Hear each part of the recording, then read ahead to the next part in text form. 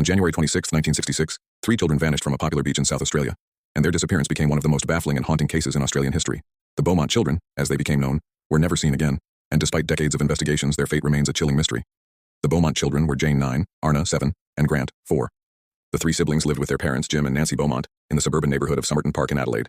On the day of their disappearance, the children asked their mother if they could go to Glenelg Beach, a popular local spot, to enjoy the sunny weather. Jane, the oldest, assured their mother that they would be fine, as they were familiar with the area and had visited the beach many times before. Nancy reluctantly agreed, and the children left their home at around 10:30 a.m. They walked to the bus stop and made their way to the beach. At Glenelg, the children were last seen around noon, having a good time by the beachside. Jane, as the responsible older sister, kept an eye on her younger siblings, but what happened next would forever change the lives of the Beaumont family. By 2 p.m., the children had not returned home, and their mother, Nancy, began to worry. She initially thought they had stayed longer at the beach, but as the hours passed with no sign of the children, Nancy became increasingly concerned. By the time 5 p.m. rolled around, it was clear something was terribly wrong.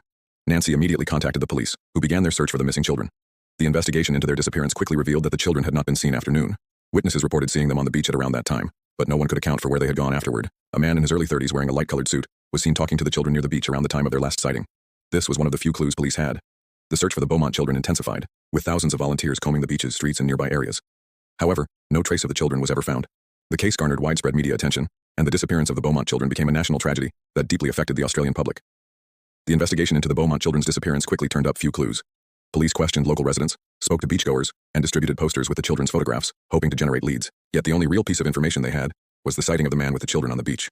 No one knew who he was, and no one could identify him, despite composite sketches being circulated. A theory quickly emerged that the children had been abducted.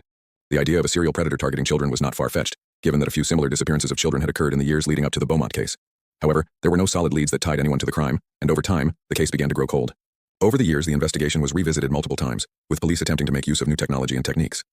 In 1967, a possible suspect was identified, a man named Arthur Stanley Brown, who had been involved in a similar case in Queensland. Brown was known for his violent tendencies, and some believed he could have been involved in the disappearance of the Beaumont children. However, Brown was never charged in connection with their case, and he died in 2002 without any confession. Despite multiple suspects and several theories, the case of the Beaumont children remained unsolved for decades. The disappearance of the children continued to haunt the families of missing children in Australia, and it was seen as one of the most infamous and tragic cases in the country's criminal history. Several theories have been proposed regarding what happened to the Beaumont children. One theory is that they were abducted by the man seen speaking with them on the beach. Some have suggested that the children were taken to a nearby house where they were held against their will or worse. However, no evidence has ever been found to support this theory.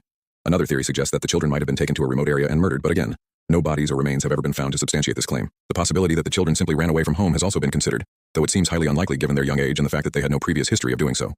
In recent years, advances in forensic technology and new witnesses have brought fresh hope to those hoping for answers. Some investigators believe that the case could be solved if new evidence is discovered, though the passage of time has made it increasingly difficult to unravel what happened that day. The case of the Beaumont children remains an open and unsolved mystery.